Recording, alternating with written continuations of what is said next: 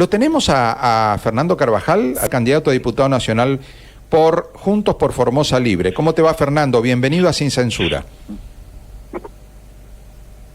Hola, buen día. A ver. Buen día. Fernando, ¿qué tal? ¿Me escuchan? Ahora sí lo escuchamos. ¿Me escuchan? Sí. Fuerte y claro. Bienvenido. Bueno, ¿cómo están? Muchas Bien. gracias. ¿Cómo están ustedes? Bien. Nosotros bien. ¿Cómo estás vos después del resultado electoral? Porque se cumplió lo que era nuestra principal consigna de campaña y que era ponerle un freno al gobierno. Esto creo que fue muy claramente hecho por la ciudadanía, que por primera vez en muchas elecciones puso al gobierno como la primera minoría y sacándole el carácter de mayoría que ostentaba hasta la semana pasada. Y esto nos parece que es un cambio sustancial en el panorama político de la provincia, porque si bien se suma el poder público que no respeta las instituciones, quedar abajo del 50% sin ninguna duda que es una derrota para el gobierno, y claramente ellos lo han visualizado de esta manera. Así que la oposición ha quedado claramente fortalecida después de este domingo, y dentro del arco opositor, Juntos por Formosa Libre se ha constituido por decisión de la ciudadanía en la columna vertebral de este proyecto de avanzar hacia la recuperación de las instituciones de la democracia. Fernando, tres cosas te tiro arriba de la mesa para que vos me digas tu opinión. Los primeros dos resultados, digamos, consecuencias de los números del domingo fue que lo levantan a Jorge González, le sacan la conferencia de prensa, se terminó, no hay más conferencia de prensa del COVID, y Gildo Infran subiéndose a un avión el lunes a la mañana y a un costo de $20.000, según lo que me han dicho de lo que vale contratar uno de estos aviones privados, y viajando de emergencia a Buenos Aires para reunirse con el presidente, ¿no? El lunes a la mañana. Sí. Esto, por un lado. Por otro lado, que hayas ganado vos tu boleta en muchos barrios de Formosa y también allá en el oeste, en el extremo oeste, en Ramón Lista, también en mesas de colonias aborígenes. ¿Qué significa esto? Porque yo recuerdo que Ramiro Fernández Patri decía que a Carvajal no lo conoce nadie, que él no recorre el interior, que jamás visitó las localidades del interior profundo, de que es un hombre de escritorio, de que lo ven en la foto nada más. Y de pronto, los más pobres de entre los pobres, que son los aborígenes del oeste, y también la gente de los barrios humildes de Formosa, de barrios que han atravesado momentos muy difíciles en nuestra localidad, también te han votado. ¿Qué significa esto? Que gente que tradicionalmente ha votado al peronismo de pronto te vote a vos como tu representante. Bien, sobre la primera cuestión, el tema de la conferencia payasesca, esta que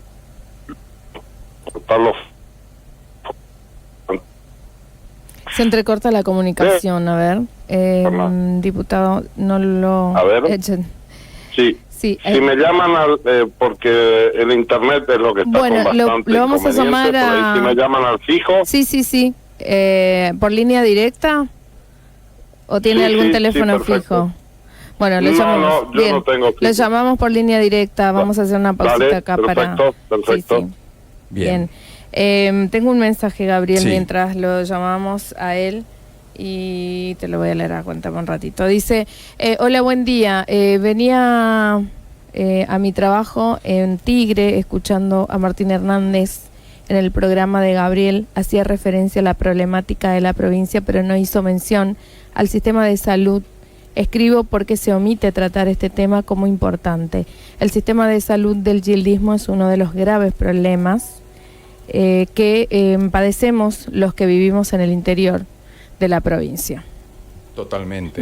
Sí. Nosotros es lo que siempre lo planteamos. Lo que ha hecho que la pandemia, lo que puso en evidencia la pandemia, es la crisis del sistema de salud del gobierno. Sí, bueno, yo creo que lo que lo puso en vista a nivel capital, por ahí de repente los que vivimos en el interior de muchos años es algo que lo padecimos de tiempo, no es que solamente de ahora, y se visibilizó a nivel provincial con la pandemia, es como que lo pudo ver el resto también. Bueno, voy a leer más mensajes hasta que restablecemos la comunicación, que tengo muchos. Acceso a Julia de Vico 13, gracias Julia por sintonizarnos. Sí, ya retomamos la comunicación con el doctor Fernando Carvajal. Con el doctor Fernando Carvajal en línea directa. Sí. ¿Cómo están? Bueno, sí. Yo escuché claramente las dos preguntas, así que... Hola. Sí, te escuchamos, Fernando. No, te decía que escuché las dos preguntas, así que no sé si los oyentes escucharon, paso a contestarlas, ¿no? Sí. Me preguntaba sobre el abandono de esta metodología de las conferencias de prensa que implementó el Consejo del COVID. Me parece una medida saludable del gobernador, pero insuficiente, ¿no? Claramente hay que agradecer de que hayamos terminado con ese espectáculo circense al que éramos sometidos los formoseños diariamente, en un claro y ejercicio abusivo de los medios de difusión estatales, porque una cosa era el informe del COVID sobre los casos vinculados a la cuestión de la pandemia, y luego todo ese espectáculo de stand-up que montaba el Consejo del COVID, cuyo principal y único objetivo era atacar a la oposición. Quebrantando, por supuesto, las reglas de convivencia democrática, de buena educación, inclusive, que deben imperar entre los dirigentes políticos. Así que creo que es un gesto de madurez que el gobernador haya entendido que había que terminar con este circo y ponerse a gobernar en serio. De todos modos, no es suficiente. Lo que el gobernador tiene que hacer es disolver el Consejo del COVID, porque ese organismo es una aberración institucional, es un organismo que no está previsto en ningún lado, que no funciona así institucionalmente, no debe funcionar de esa manera. Una cosa es tener un órgano de coordinación interministerial, esto sí es posible de hacerlo, pero otra cosa es haber creado un organismo que dicta leyes, las ejecuta y también hace juzgamientos, porque como venimos diciendo, el Consejo del COVID ejerce la suma del poder público. Por lo cual, si bien agradecemos por una cuestión de buen gusto y de calidad democrática y republicana que hayan terminado con el circo, lo que vamos a exigir ahora es que vuelvan al camino institucional. Quien tiene que tomar las medidas que restringen derechos ciudadanos es la legislatura a través de leyes. Y quienes tienen que tomar las medidas ejecutivas son los ministros del Poder Ejecutivo actuando individualmente o el gobernador actuando a través de decretos, como ha sucedido siempre, y no a través de esas aberraciones que son estas innominadas resoluciones del Consejo del COVID, que reitero es una grosera violación constitucional. Por lo cual, si bien celebramos este avance, exigimos más, exigimos que se cumpla la ley y la Constitución. Después te pregunté qué pensabas del vuelo de emergencia que tomó Infran ese lunes, después de las elecciones. A la mañana temprano contrataron un avión privado, se subió Infran y se fue a Buenos Aires. Bueno, yo creo que hay dos lecturas. Una es algo que deberían aprender ya también los gobernantes, y que es que a la sociedad le molestan estos privilegios que se autoconceden los poderosos, cuando los ciudadanos hasta hace pocos días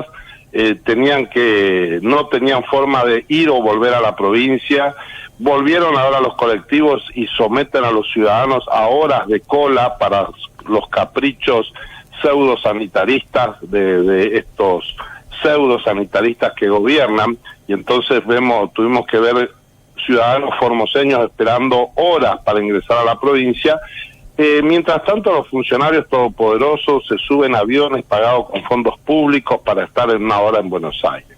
Entonces, a ver si toman nota y dejan de ejercer los privilegios de la manera desvergonzada en que lo hacen, y empiezan a tener un pie en la realidad, y también de paso empiezan a tomar medidas para facilitarle la vida a los formoseños, que bastante ya estamos sufriendo sin necesidad de las medidas carentes de sentido común que aplica el gobierno. Y por otro lado, también creo que esta ida a Buenos Aires demuestra la desesperación política que existe frente a una situación económica que sin duda también ha sido parte de la ecuación que los ciudadanos han tenido en consideración al votar. Acá hay un gobierno que ha realizado un ajuste fenomenal sobre los salarios de los empleados públicos, a los cuales en paralelo se le han exigido esfuerzos extraordinarios. Convengamos que la situación de los trabajadores de salud, de los policías, que han estado sometidos a regímenes de verdadera explotación por este gobierno, y que por supuesto en paralelo se le ha achicado los salarios de manera notable, porque ninguno de los aumentos dados, ni por el gobierno nacional, ni por el gobierno provincial, alcanza para justificar la caída en el salario real por vía del impuesto inflacionario. Por lo cual creo que este viaje a Buenos Aires habla de esta desesperación, de entender de que la realidad está pasando por una situación muy difícil y que el resultado en el mes de noviembre, a diferencia de lo que ha pasado en otros procesos electorales, va a ser todavía peor para el gobierno. Van a perder más votos y la oposición va a salir aún más fortalecida. Y entonces van a esta meca que es Buenos Aires a ver si consiguen fondos para hacer asistencialismo. Pero yo creo que nada de eso va a servir, porque cuando hay un pueblo decidido a cambiar, no hay bolsita de comida ni vale de combustible que pueda cambiar la voluntad del pueblo. Precisamente cuando se habla de los sectores más sumergidos de la sociedad, los sectores con más carencias, con más necesidades, a ver, el folclore electoral es repartir bolsas de mercadería y creer que la gente la vas a comprar con una bolsa de mercadería. De pronto una mesa o varias mesas del oeste provincial nos muestran que incluso los sectores más vulnerables, como son los de las comunidades aborígenes, muchos de ellos decidieron votarte a vos, Fernando, como representante. Ese voto de allá del oeste, ¿qué te hace pensar? ¿Cómo lo sentís vos? Mira, ese resultado no me sorprende, lo vivo con mucha alegría y tiene que ver con una empatía profunda y visceral, yo diría que tengo con las comunidades indígenas, que la he traducido y la he demostrado también en mis actos concretos, pero también la he demostrado en la campaña electoral. Es decir, no quiero ser injusto con la doctora Neme, pero creo que fui el único candidato que viajó hasta el oeste profundo a recorrer las comunidades. Fernández Patri con seguridad no lo hizo, no sé la verdad, desconozco la verdad si Gabriela fue o no fue, pero de todos modos en mi caso lo primero que hice fue ir a ver las comunidades en el oeste profundo. ¿Por qué? Porque son el sector más vulnerable y más abandonado por el Estado. Y no solo eso, no solo han sido abandonados, en este caso han sido severamente castigados a través de la violencia policial. Entonces, a mí no me sorprende este resultado porque lo que percibí con las comunidades fue el enojo que hay hacia este gobierno, que lo que ha hecho, además de las tradicionales vulneraciones y desconocimiento de sus derechos, la negativa a permitir que el gobierno nacional realice el relevamiento de las tierras aborígenes para poder avanzar en el proceso de titularización, lo que nos hemos comprometido a hacer desde la Diputación Nacional. Además está la violencia policial, que ellos la expresan de la siguiente manera: frente a cada reclamo que hacemos, la única presencia que logramos es la presencia de la policía. Entonces, frente a esto, la verdad es que no me sorprende, pero también me llena de optimismo y de esperanza en el futuro, porque cómo tratamos a los sectores más vulnerables de la sociedad es lo que nos define cómo somos y hacia dónde queremos ir. Y nosotros queremos ir hacia una sociedad más fraternal y más pendiente de lo que le pasa al que menos tiene, en el mejor sentido de la palabra. No para utilizarlo políticamente y que nos voten, sino para brindar una mano solidaria y para invitarlos a juntos construir un camino diferente de crecimiento, de desarrollo y de revalorización de la multiculturalidad que tiene nuestra provincia. Por otra parte, Fernando, vos sos el representante en Formosa de un movimiento que atraviesa todo el país, ¿no? Es decir, el domingo no fue un resultado local solamente, hubo un resultado nacional. Hoy lo que todo el país está hablando es de que la oposición, o mejor dicho, el pueblo argentino pide un gran cambio y eligió a esta fuerza política que es la oposición como el instrumento para expresar esa profunda insatisfacción, ¿no? Es decir, un gobierno que hizo la campaña en el 2019 diciendo heladera llena, volvemos al asado, volvemos a los días felices, hoy se encuentra con que digamos, el pueblo está sufriendo una situación de miseria, inflación y desesperanza. Entonces este pueblo dijo, no, lo castigamos a este gobierno, usamos la oposición para castigar a este gobierno. Y vos sos parte de esa fuerza nacional, sos un representante de una fuerza nacional. ¿Cómo ves esto a nivel nacional? Bueno, creo efectivamente somos y nos sentimos parte de ese gran movimiento nacional de resistencia democrática y republicana. Creo que eso es lo que expresa en este momento el voto de la ciudadanía. Todas esas promesas de mejoras económicas no solo se han visto frustradas, sino que además en paralelo lo que hubo es un grosero intento de avanzar sobre las instituciones de la democracia y la república.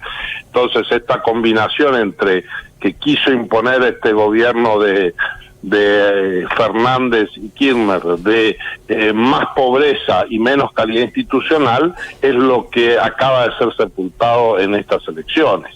Me parece que este es el resultado muy claro que han tenido estas pasos. Ha sido un freno, un quédate quieto, como decimos aquí, a estas pretensiones de seguir avanzando hacia el camino de la impunidad de los poderosos y las violaciones a los derechos humanos. Por supuesto, en el caso de nuestra realidad local, eso está aumentado, porque lo que en el orden nacional es intención o ganas de, acá es una realidad establecida, y por eso también el resultado ha sido tan claro y tan contundente en cuanto a este sentido de decir, señores, hasta acá llegaron. Acá ha habido en Formosa violaciones muy graves de los derechos humanos que no van a quedar impunes, porque nosotros nos vamos a ocupar de que no queden impunes y vamos a recurrir ante los tribunales nacionales e internacionales para evitar de que esto quede impune. Pero esto ha sido un paso importante, porque ha sido la ciudadanía que a través del voto a la oposición le ha puesto un freno a este gobierno autoritario, sectario, y que en estos últimos meses agregó la xenofobia y el racismo como datos distintivos. El odio hacia el que venga de afuera, la promoción desde el Estado del odio y el desprecio a los ciudadanos según su lugar de nacimiento, claramente es un mensaje xenófobo que este gobierno no lo tenía incorporado, pero que en la pandemia lo ha incorporado como parte, sumando uno más, un nuevo defecto a su ya larga lista de vicios políticos e institucionales. Fernando, ¿cómo ves noviembre? Porque, a ver, nosotros en general estamos viviendo como que las elecciones tuvieron un resultado, el pueblo se pronunció, pero por otro lado, noviembre es las verdaderas elecciones, digamos, las elecciones definitivas son dentro de 2 meses.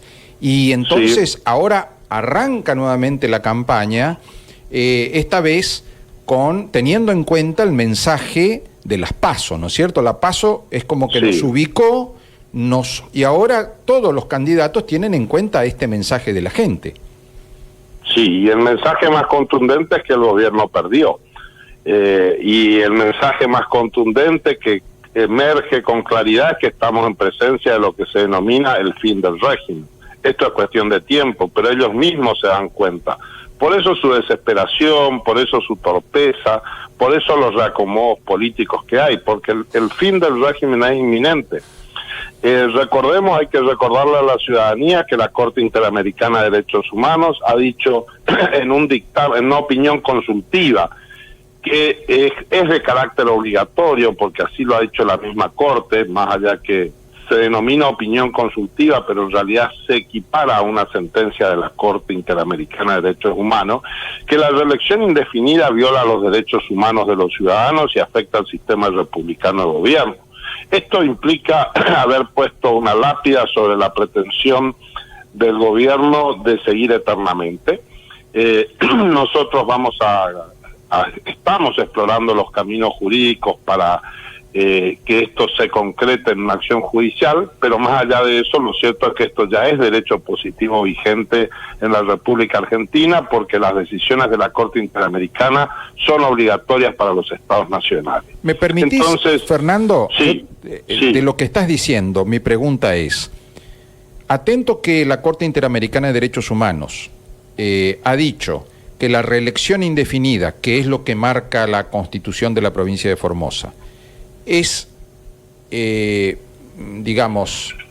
va contra los derechos humanos o va contra los principios de la democracia.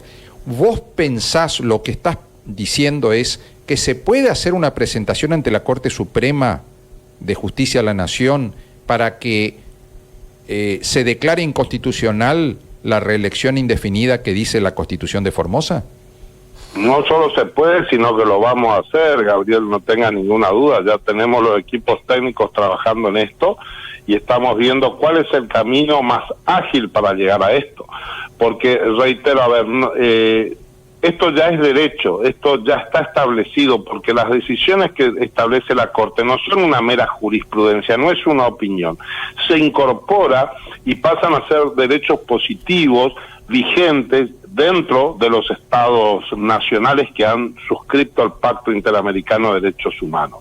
Lo que falta ver es quién es la autoridad que va a ejecutar en el país esa doctrina judicial. Así que por supuesto que lo vamos a hacer. Pero aparte de eso, Gabriel, pues yo no me quiero quedar en la batalla jurídica. Vamos a dar esta batalla porque hay que darla en salvaguarda del sistema interamericano de derechos humanos. Pero además es la sociedad la que le está poniendo fin al régimen.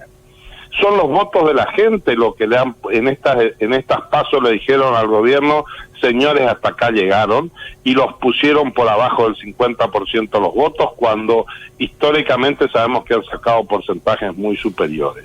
¿Y por qué la sociedad está haciendo esto? Porque este gobierno ha demostrado su incapacidad para gobernar.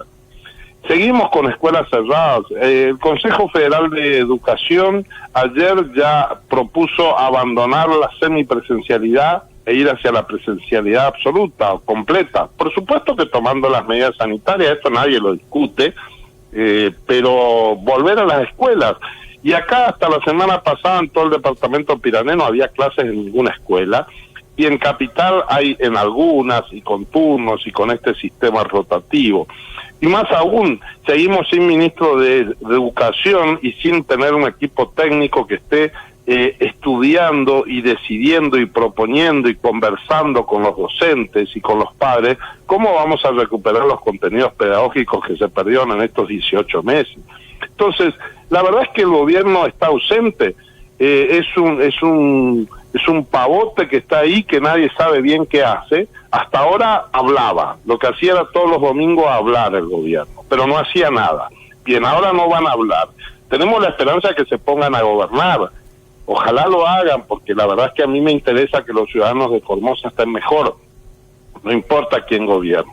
Entonces, ojalá que se pongan a gobernar, que armen equipos técnicos, que designen a un sanitarista serio como ministro de Salud para que gestione este último tramo de la pandemia, que pongan de nuevo en serio a funcionar los comedores escolares para paliar el hambre extremo, que a la policía les reasignen las funciones y se pongan a controlar los gravísimos problemas de seguridad que hay en los barrios periféricos de la ciudad, derivado a los múltiples factores que tiene el delito, que dejen en paz, que dejen de hacer piquetes en cada ingreso en cada uno de los pueblos y le den a los policías la función para la cual están capacitados y para la cual los policías ingresaron, que es para cuidar a los ciudadanos, no para hacer piquetes de control de ingreso en cada localidad.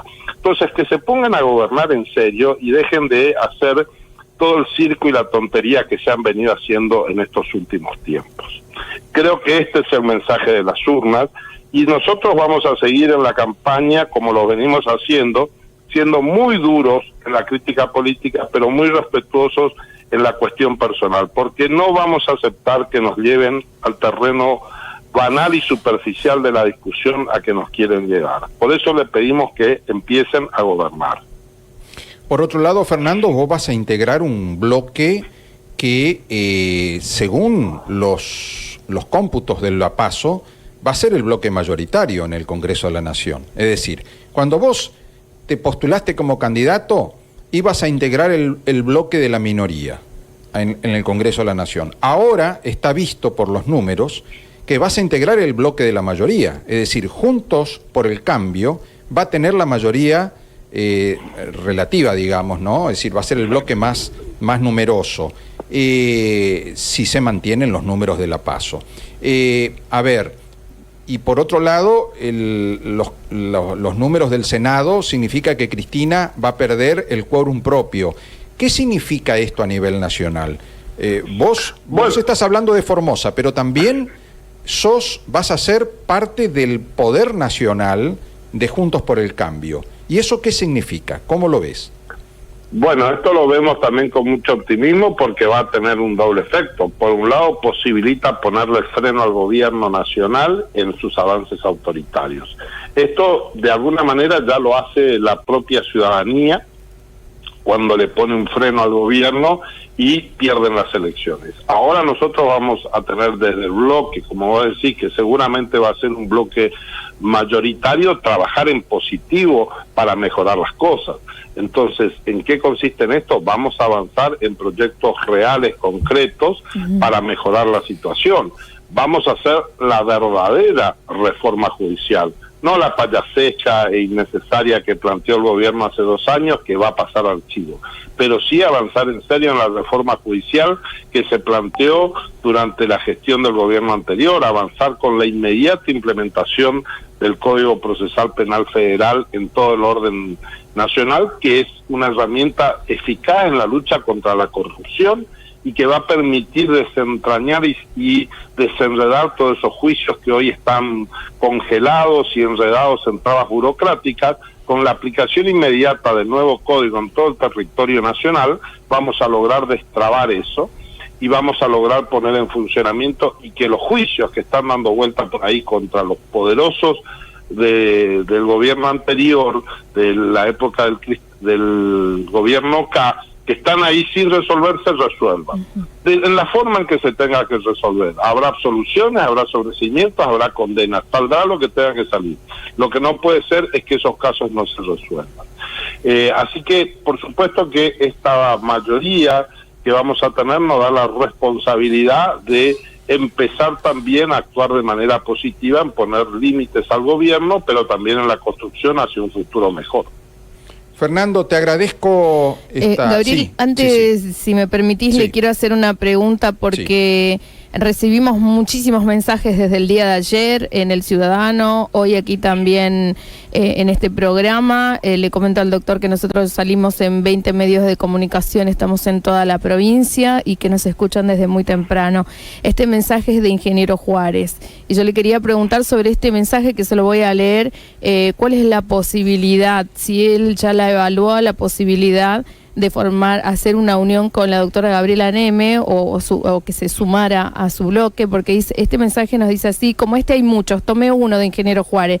Buen día, mi humilde opinión, soy una ciudadana, me gustaría que la doctora Neme y el doctor Carvajal se puedan unir por el bien del pueblo. Ayer en la sobremesa, opinando del resultado con mis hijos y mis nietos, que dicen, queremos un cambio, no conocemos otro gobernador, ni ministros, ni diputados.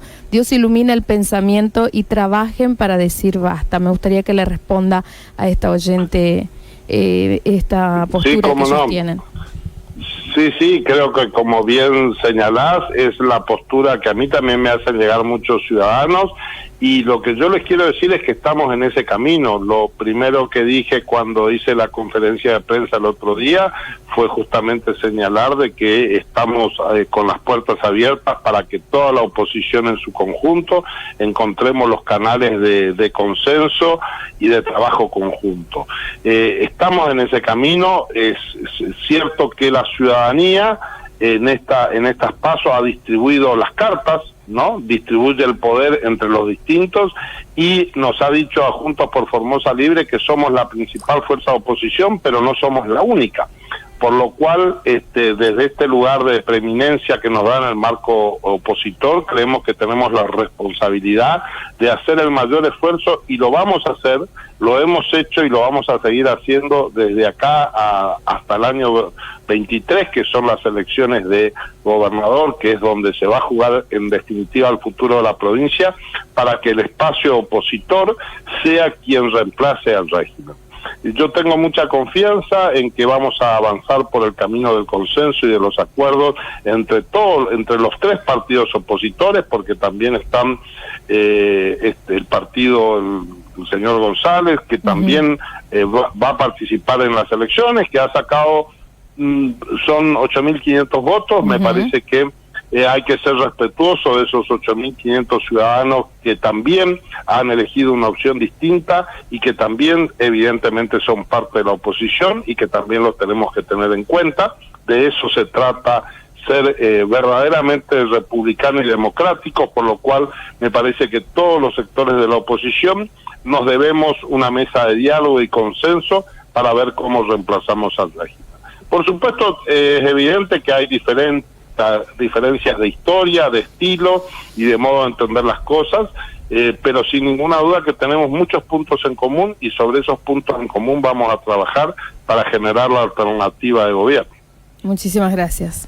Gracias, Fernando. Y bueno, recién empieza entonces este tramo final, ¿no? La recta final a noviembre.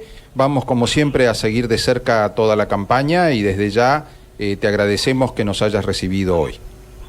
No, gracias a usted, y por supuesto que más allá de que vamos a estar pidiéndole que nos inviten para poder hacer llegar nuestros mensajes a los ciudadanos de la capital y a través de todas las radios que ustedes tienen interior, a todos los ciudadanos del interior, también vamos a salir a caminar nuevamente la provincia como lo hemos hecho en las PASO, para visitar a los amigos, para armar grupos de trabajo en todos y en cada una de las localidades de la provincia.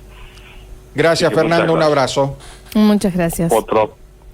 Bueno, Bien. Fernando Carvajal, ya candidato a diputado nacional, hasta el domingo era precandidato. Sí.